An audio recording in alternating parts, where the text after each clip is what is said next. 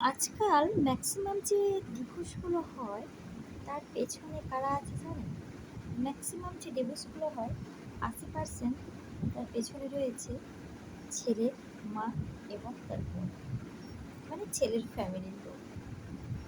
আর যে 20% সেটা পরক্রিয়া করার জন্য। কারণ একটা মেয়েকে বিয়ে দেওয়ার পর তার বাবার বাড়িতে কখনোই চায় না মেয়েটা বিয়ে হয়ে যাওয়ার পর তার বাবার বাড়িতে যেয়ে থাকুক। কিন্তু ছেলেদের মা, ছেলেরা তো ভাবে তার মা কিছু বলতেই পারে না, মানে ছেলেকে যেরকম ভালোবাসে হয়তো ছেলেরা ওটাই ভাবে যে তার বউকেও মনে হয় সেরকমই ভালোবাসা দেয়, সব কিছুই করে। কিন্তু ছেলেরা এটা জানে না কিংবা বুঝতে পারে না যে প্রকৃতপক্ষে তার ছেলের বাড়ি কিন্তু দায়ী তাদের সংসারটা ভাঙার জন্য। কথাটা আমি জানি খারাপ লাগছে, কিন্তু এটাই সত্যি কথা। যেমন ধরুন কি, বিয়ে হয়ে যাওয়ার পর মেয়েরা কিন্তু মা মা করতে চায় না, কিংবা বাবা বাবা করতে চায় না, কিংবা ভাই ভাই করতে চায় না। তো মেয়েরও তো একটা পরিবার থাকে, কিন্তু ছেলেদের দেখবে বিয়ে হয়ে যাওয়ার পরও ধর কোথাও যাচ্ছে, বিকেলবেলায় হয়তো ফুচকা খেতে যাচ্ছে কিংবা মোমো খেতে যাচ্ছে, মানে কিছু হয়তো বেরোতে মানে একটু কেনাকাটার আছে হয়তো বেরোচ্ছে, তখনও কিন্তু পারমিশন নিতে হচ্ছে তার মায়ের কাছ থেকে। তারপরে শ্বশুর বাড়ি যাবে, সেখানেও হাজারবার ফোন দেবে, ফোন দেবে, ফোন দিয়ে দিয়ে ছেলের মাথা খারাপ করে দেবে। তারপর হয়তো ছেলে রেগে মেগে বললো যে তুমি তাহলে থাকো, আমি চলে যাচ্ছি।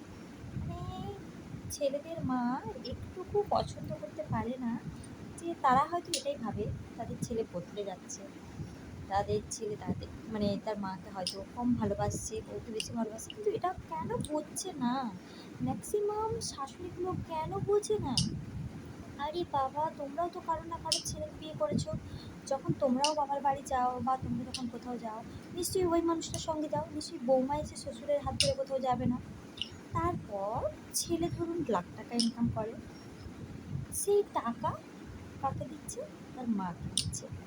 হিসাব অনুযায়ী একটা ছেলের ইনকামের টাকা কিন্তু কতগুলো, মন দিয়ে শুনবেন, ইনকামের টাকাগুলো কিন্তু তার স্ত্রীরই প্রাপ্য অধিকার, সে রাখতে পারবে। একটা বৌমা নিশ্চয়ই তার শ্বশুরের টাকা, মানে ইনকামের টাকা রাখতে চায় না, তার স্বামীর ইনকামের টাকাটাই রাখতে চায়। কিন্তু ম্যাক্সিমাম শাশুড়িগুলো যা করে, ম্যাক্সিমাম শাশুড়িগুলো করে মানে সোনা টাকা পয়সা রাখার সময় শাশুড়ি, আর বাড়ির যে যাবতীয় কাজগুলো সেগুলো করানোর সময় কিন্তু বৌমা। তখন কিন্তু বৌমা খুব বুড়ো ধাড়ি হয়ে গেছে। আর ধরুন গিয়ে টাকা পয়সা রাখার সময় কিংবা সোনা দানা রাখার সময় তখন কিন্তু বৌমাটা রাখতে পারবে না। তখন তারাই তার ভেতরে ঢুকে যাবে, হিসাব নিকাশ করবে, সব কিছু তারা করবে। তাহলে এই যে জিনিসগুলো ম্যাক্সিমাম শাশুড়ি ননদ, আর তারপর তো ননদ আছেই, মানে এদিকেও ভাজবে ওদিকেও ভাজবে, মানে পান থেকে চুল খসলেই হয়। একটা মেয়ের ধৈর্য ক্ষমতা কতটুকু, একটা মেয়ে কত সহ্য করবে?